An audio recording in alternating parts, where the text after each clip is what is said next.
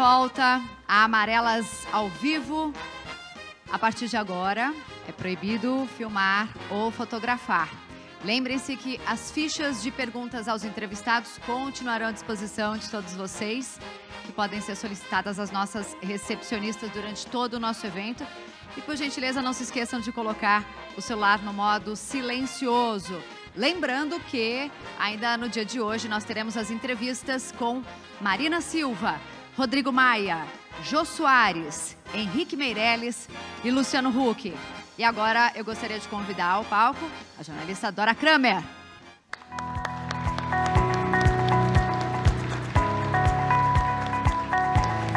Boa tarde a todos. Almoçado bem? Eu, pelo menos, almocei. O meu entrevistado é o governador Geraldo Alckmin, pela quarta vez, agora à frente do governo do Estado de São Paulo. Foi deputado estadual, deputado federal, candidato à presidência da República em 2006 e agora pré-candidato à presidência da República. E eu chamo o governador ao palco para a gente conversar com os nossos...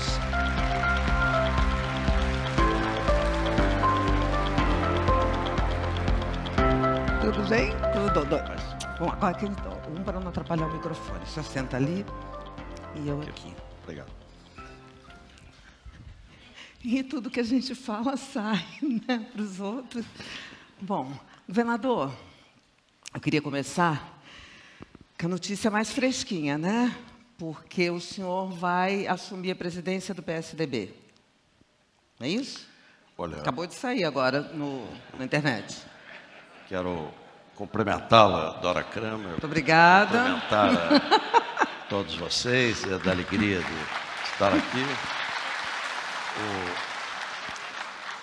Nós temos dois pré-candidatos à presidência do partido, o senador Tasso Gereissati e o governador Marconi Perillo.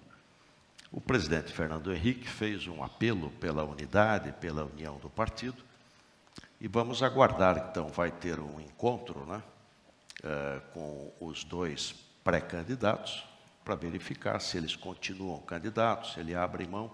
Nunca me passou pela cabeça ser presidente do partido. Agora, nós precisamos unir, né?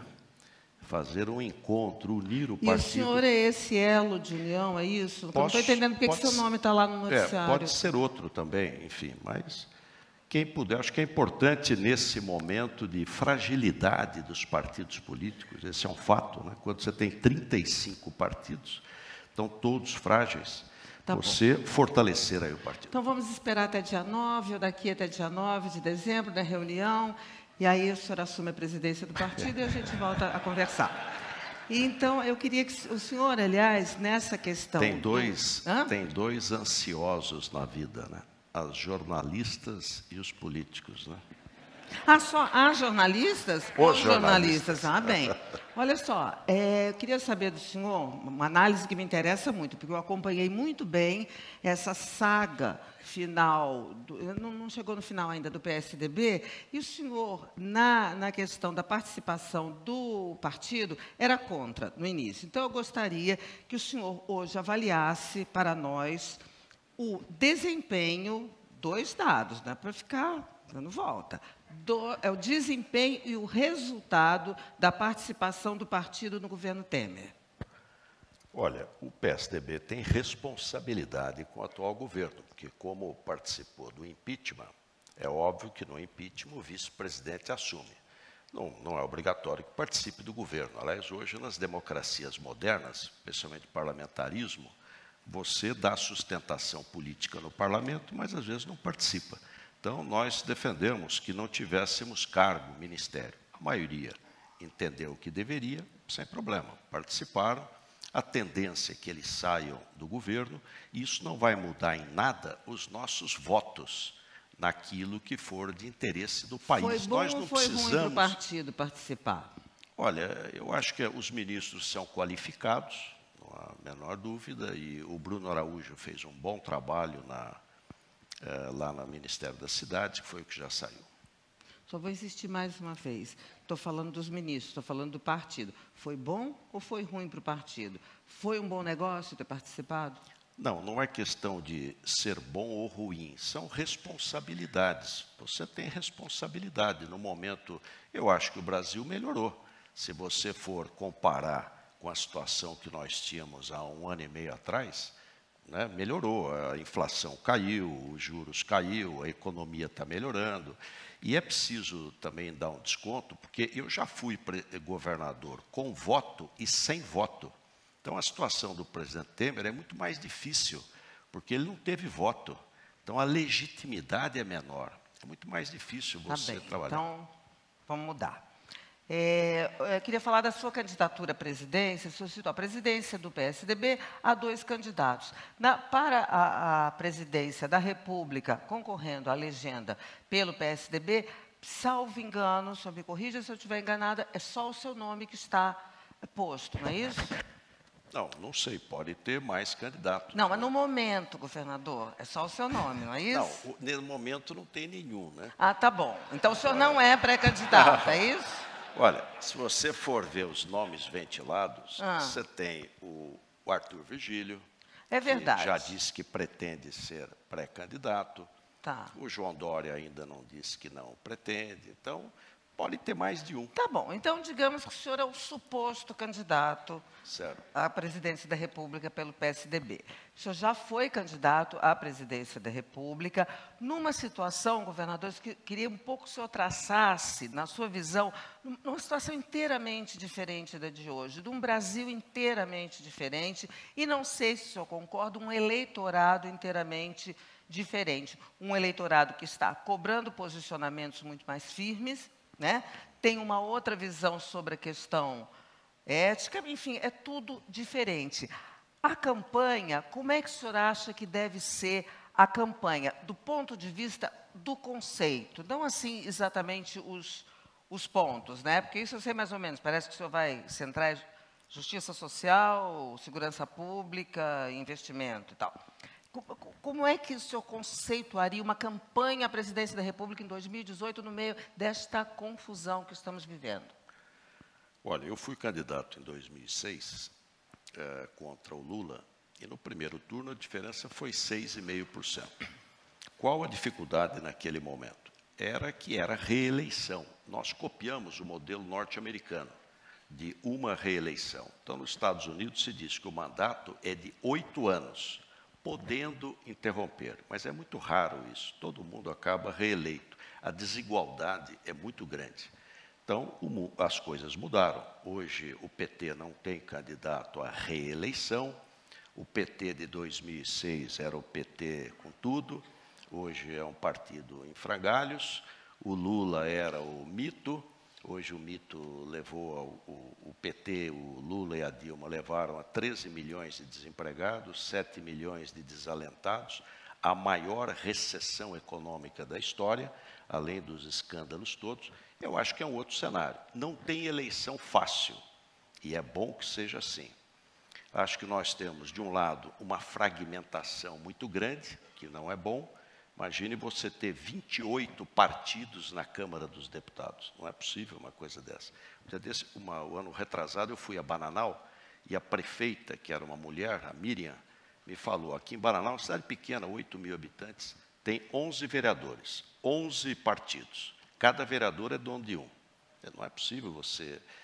A democracia pressupõe partidos mais programáticos, com disciplina, com programas, com propostas, para poder avançar mais. Eu vejo que a eleição desse ano, para mim, a questão central é emprego e renda.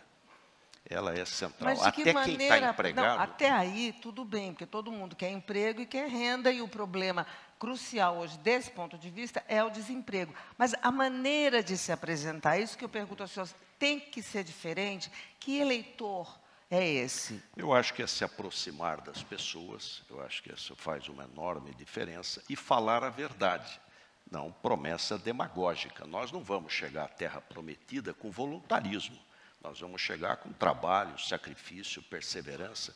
O Mário Covas dizia, o povo prefere um não explicado do que um sim que ele sabe que não vai ser cumprido. É verdade. Agora, o senhor tem alguns obstáculos que eu vou lhe dizer que tem a ver com essa diferença. Por exemplo, O partido pelo qual o senhor vai concorrer hoje, ou se vier a concorrer, não é o mesmo partido daquela ocasião. Um partido que perdeu capital político enormemente, principalmente de 2014 para cá. Não precisamos nos alongar nos detalhes, né? Principalmente nos detalhes sórdidos.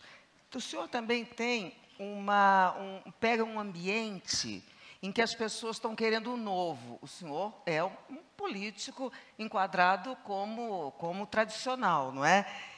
Então, isso me parece que seja um obstáculo. Quer dizer, a política tradicional, né, não é o que parece ser o que as pessoas anseiam.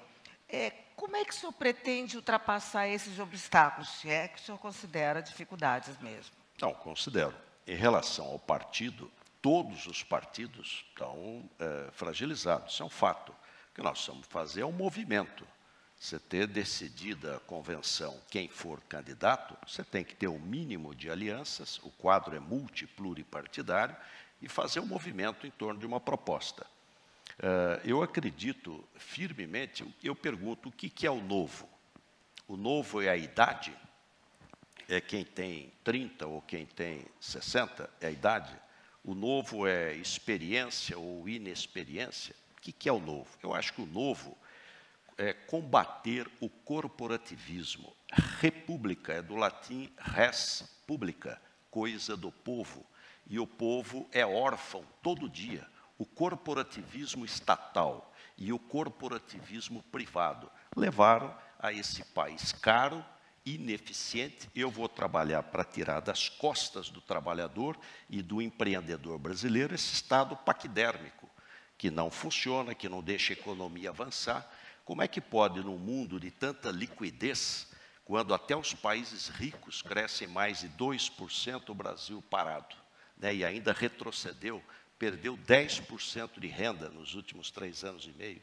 Não é possível. Eu vou defender uma agenda reformista, um país que se modernize, uma agenda de competitividade.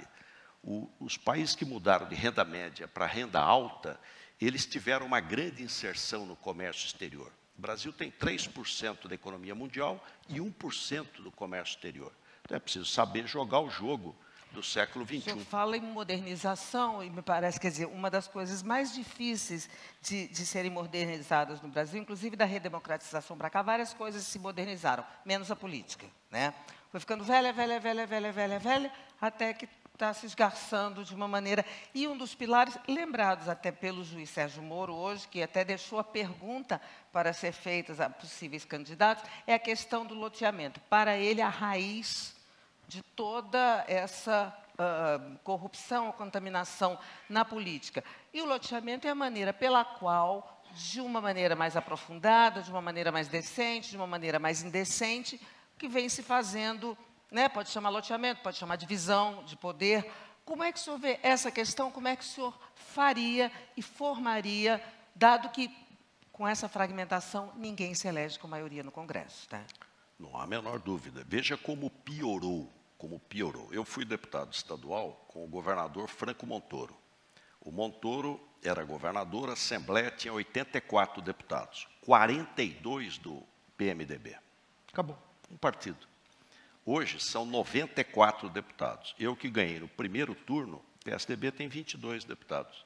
Então, é claro que é uma dificuldade. A reforma política é a primeira das reformas. O presidencialismo tem um lado ruim, é campanha de baixo nível. Veja a campanha americana, Hillary Clinton e Trump. Campanha de baixo nível. Isso é no mundo inteiro, nos modelos presidencialistas.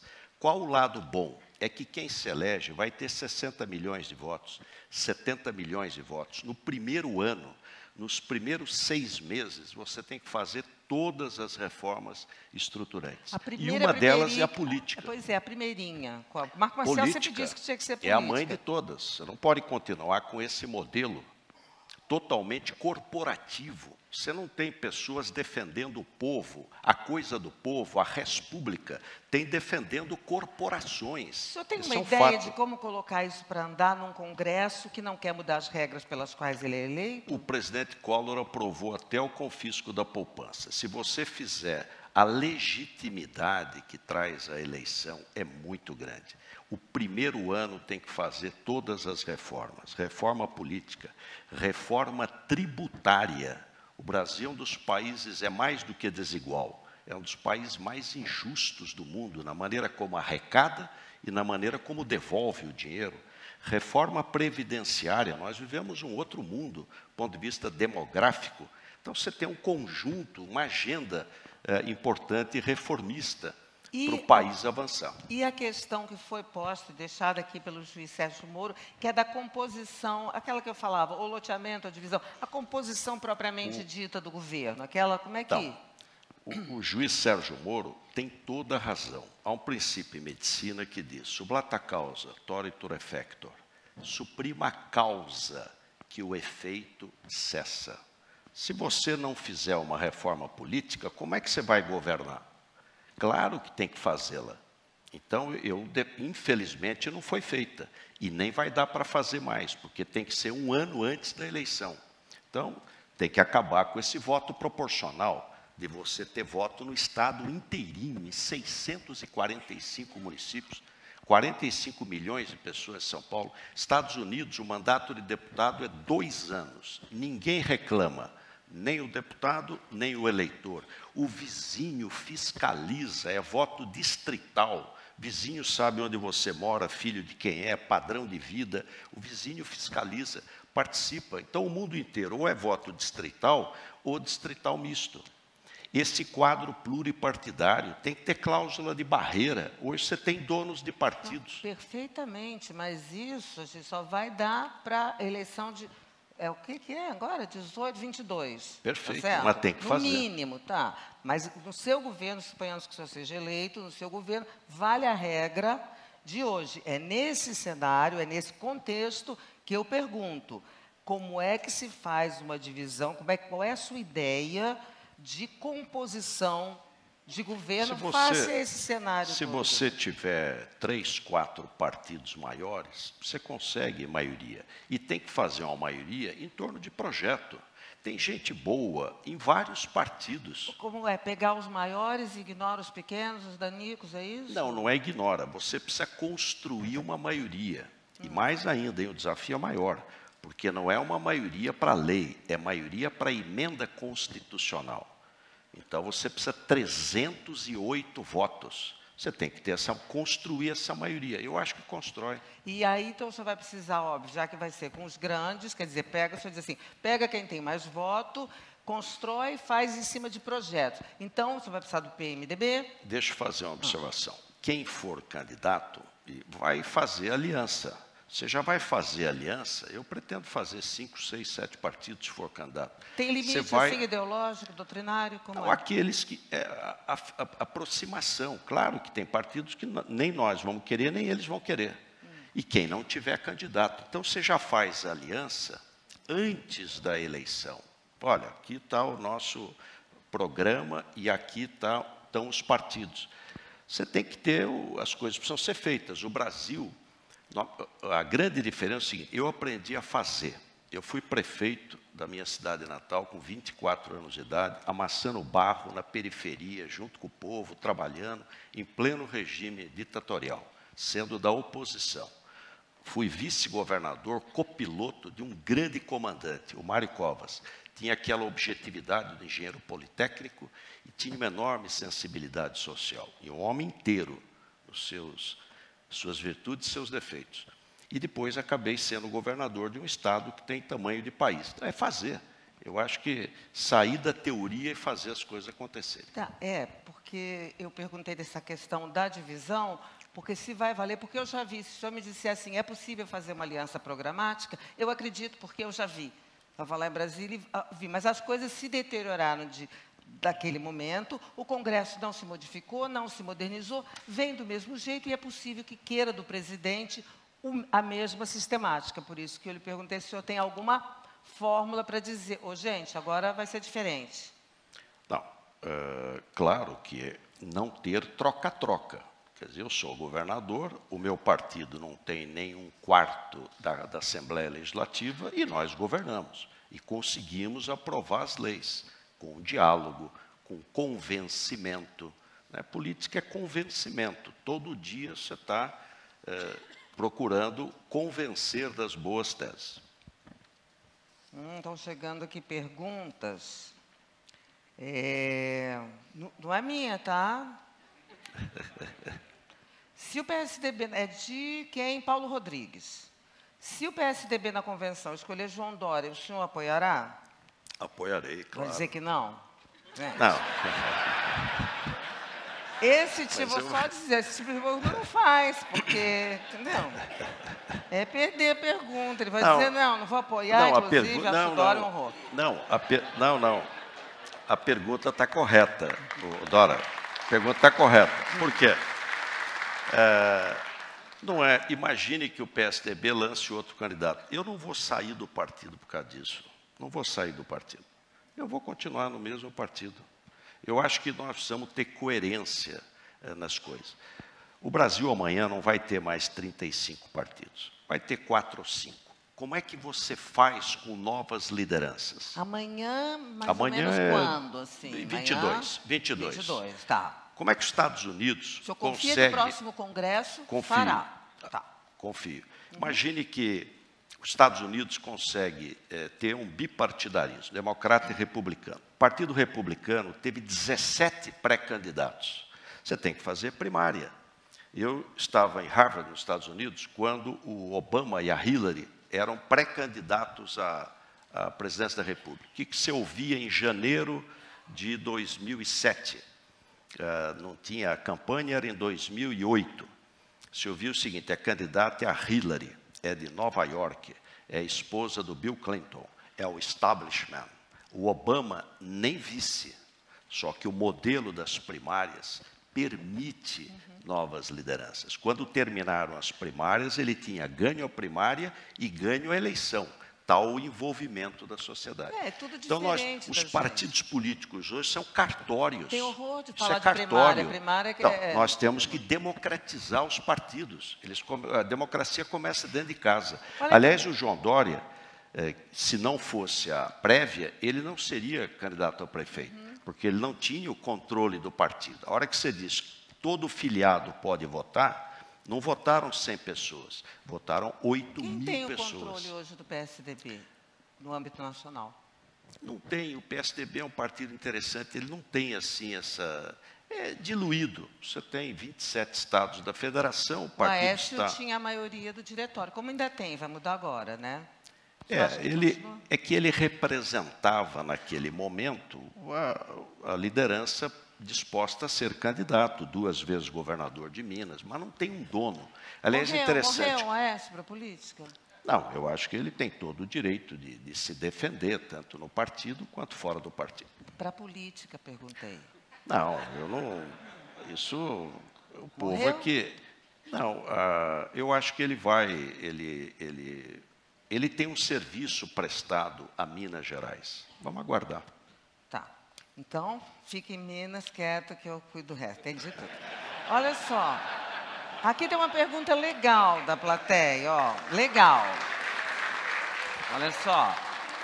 Ela é de William Brito. Olha só, governador. Considerando a existência de mais de uma centena de estatais federais que são utilizadas como fonte de corrupção e cabides de emprego para acomodar a base aliada, qual é a sua proposta para garantir a eficiência das estatais e mantê-las imune ao fisiologismo e ao aparelhamento?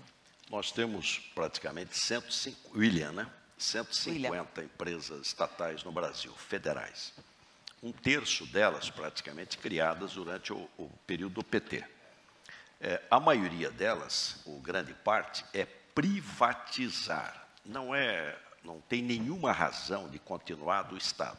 Vou dar um exemplo. Todo mundo lembra do Trem-Bala, projeto do Trem-Bala, Campinas, São Paulo, Rio de Janeiro. Criaram uma estatal, EPL. Não tem trem, não tem ferrovia, não tem nada. A estatal está aí, firme e forte, continua. A TV do Lula não tem audiência, mas continua firme e forte. Você tem 150 empresas estatais. Então, o que nós vamos fazer? A maioria delas é privatizar. O que for tarefa do Estado é ser eficiente. Ser eficiente.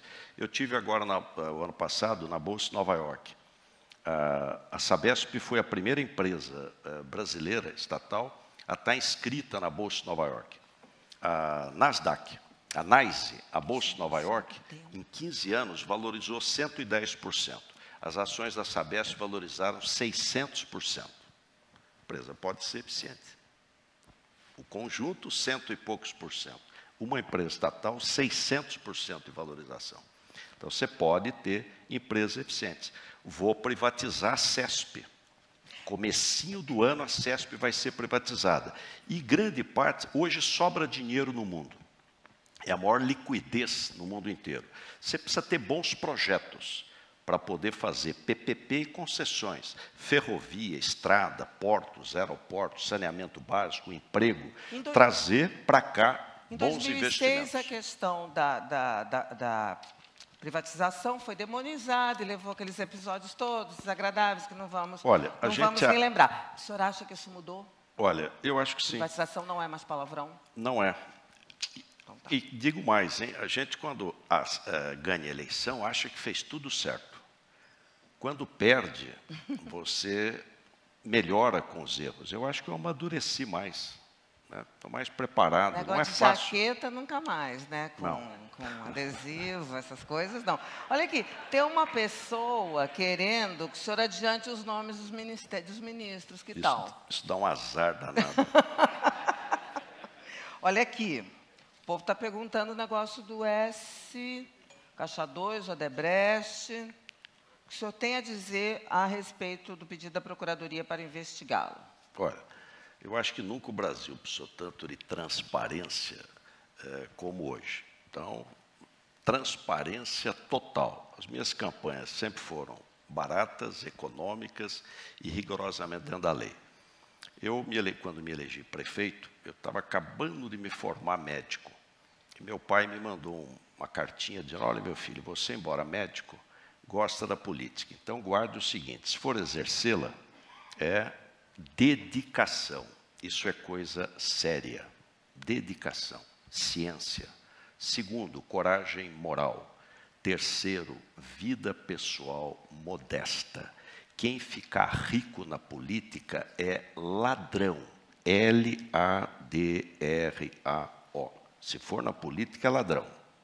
Então, eu tenho consciência absolutamente tranquila, depois de 40 anos de vida pública. Olha, a Shirley está perguntando, o senhor pode adiantar a resposta, é outra resposta que ele vai dizer. Ó, é possível fazer aliança sem vender os cargos? É possível. Claro, vai dizer não é possível não. Inclusive, vou abrir uma vendinha e vou vender vários carros. Entendeu? É assim. É preciso separar uma coisa. O Democrata aqui em São Paulo participou conosco da campanha e tem um secretário de Estado, o deputado federal Rodrigo Garcia. É um dos melhores secretários. Você tem gente boa em vários partidos. Ninguém tem o absolutismo da virtude. O senhor está dizendo que o senhor não vai abrir mão da prerrogativa de indicar, então não vai deixar para o povo. Não, claro, nunca fiz isso. Eu fui prefeito, do nunca Valdemar fiz da vida, está na mão não há do hipótese. Povo. Ah, tá certo. Governador, acho que isso aqui englobou, já está tudo aqui. Eu queria saber, entre aqueles obstáculos, eu esqueci de citar o seu índice baixo nas pesquisas de intenção de voto, por mais incipientes que essas pesquisas sejam, mas o senhor é governador bem avaliado de São Paulo, foi candidato à presidência da República, no entanto, seus índices variam entre 8% e 5%. Queria que o senhor me falasse um pouco sobre isso. E o senhor acredita que o Lula é essa coisa toda, em matéria de adversário político? Olha, pesquisa um ano antes, ela mostra muito o passado, ela olha mais para trás, porque os argumentos da eleição não começaram, né? Os argumentos começam com a eleição. Se você for verificar as últimas eleições, a população, sabiamente, ela define o voto no finalzinho. Ela compara, e as grandes mudanças são no final. Eu peguei um jornal antigo, então tinha aqui em São Paulo, 3 meses antes da eleição, não é um ano, 3 meses antes, o candidato do PRB tinha 34%, a candidata do PMDB tinha 22. O candidato do PT tinha 11. E o nosso candidato tinha 4%. Na hora que acabou a campanha, o primeiro e o segundo lugar foram para o terceiro e quarto lugar. O que estava em terceiro foi para o segundo e o nosso ganhou no primeiro turno. Então, não tem... População define voto no final. Então, acreditar em pesquisa um ano antes, os argumentos não foram colocados. Eu acho que essa campanha vai ser da verdade, sofrimento da população, a experiência da população com o que aconteceu, ela vai ser muito exigente. Propostas, verdade. Eu acho que vai ser uma campanha diferenciada no bom sentido. Governador, eu vou insistir na questão do PSDB, porque ela é uma questão importante. O PSDB ele ocupou a presidência da República durante 8 anos e em todas as eleições subsequentes ele chegou ao segundo turno, ficou em segundo lugar. No entanto, teve uma perda de capital muito grande e hoje as pesquisas indicam que é um partido que a população não vê com simpatia. Os índices do Aécio Neves, que é o presidente, de fato, do partido, são semelhantes aos índices do presidente Michel Temer, ou seja, sofríveis. Essa situação do PSDB, o senhor acha que nessa presidência que o senhor supostamente talvez venha a assumir, se o Marconi Perillo e o Tasso Gereissati implorarem, o senhor consegue dar um jeito para que esse partido dê uma aprumada a partir do ano que vem, de modo a enfrentar uma eleição, uma situação melhor? Ninguém vai votar em partido.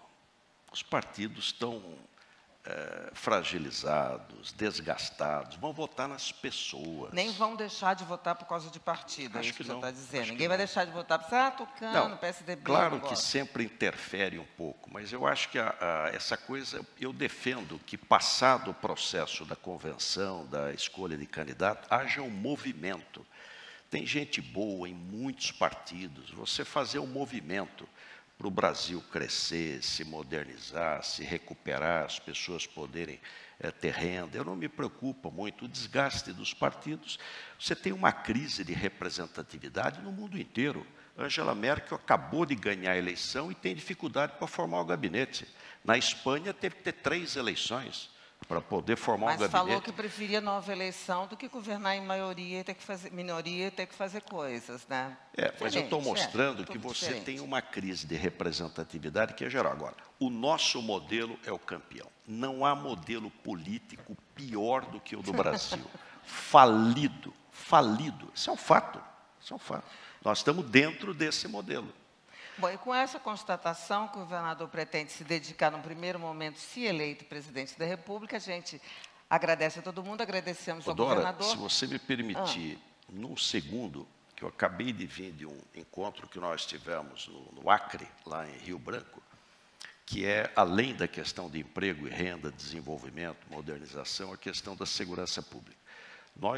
Os Estados Unidos tem com o México menos de 5 mil quilômetros de divisa. Nós temos quase 17 mil quilômetros de divisa. O grande problema hoje é tráfico de drogas, tráfico de armas e lavagem de dinheiro. Só com inteligência e tecnologia nós vamos conseguir fazer frente a isso. Então, eu propus na reunião com o governo federal uma agência nacional de inteligência, reunindo a ABIN, Forças Armadas, Polícia Federal, Polícia Rodoviária Federal, Gabinete de Segurança Institucional e a inteligência dos estados, para a gente enfrentar essas duas epidemias, que é tráfico de drogas e tráfico de armas. E a outra, vou criar o Ministério da Segurança, porque o governo federal tem que ter como prioridade absoluta, não há país no mundo que você avançou na segurança e que o governo federal não esteve liderando esse trabalho. E o nosso modelo institucional está errado, porque tem um ausente, é o município, policiação no território. Pegue o livro do Rudolph Giuliani, que foi prefeito de Nova York, sobre tolerância zero, metade do livro dele é segurança, porque a prefeitura ela tem polícia local. Então, ausente hoje no modelo institucional brasileiro, que é o governo federal, que quem tem que liderar combate a tráfico de drogas, armas, polícia de fronteira, e os municípios, que têm que ter um papel central também na questão da segurança. Já vi que vai ser um tema na campanha. Muito obrigada, governador. Obrigado. Obrigada a todos. Obrigado.